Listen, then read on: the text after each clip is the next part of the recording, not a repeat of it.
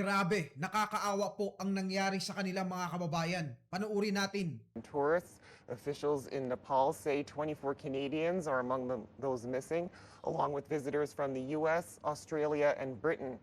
Climate experts say an avalanche from a glacier may have triggered the flash flooding. Grabe mga kababayan, makikita po natin sa video na sinubukan pa ng ilang mga tao na takasan ang rumaragasang flash flood para iligtas ang kanilang mga sarili.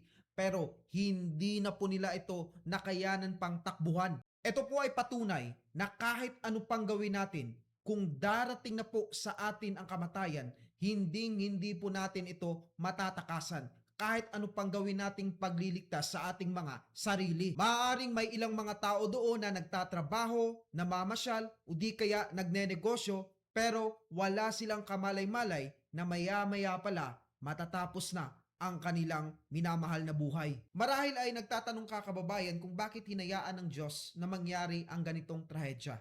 Bakit hinayaan niya na mayroong mga inosente at walang kamalay-malay na pumanaw na lang dahil sa isang matinding sakuna? Ang katotohanan po niyan, ang kamatayan ay darating sa ating lahat.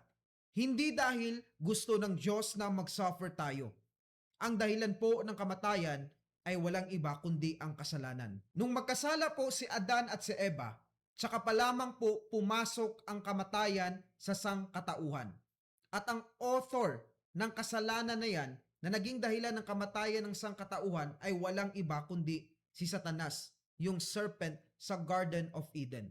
So walang ibang masisisi sa kamatayan ng sangkatauhan kundi si Satanas, hindi ang Diyos. Dahil siya mismo ang may pakana ng kasalanan na naging dahilan kung bakit pumasok ang kamatayan sa sangkatauhan. Pero dahil po sa kabutihang loob ng Diyos at dahil sa kanyang pag-ibig sa atin, at dahil siya ay mas makapangyarihan pa kaysa kay Satanas, ibinigay niya ang kanyang bugtong na anak na si Jesus Christ na namatay sa krus at muling nabuhay pagkatapos ng 3 araw upang ang sinumang sumampalataya sa kanya ay hindi mapapahamak kundi magkakaroon ng buhay na walang hanggan. At sinabi po ni Jesus sa John 11 verse 25, I am the resurrection and the life.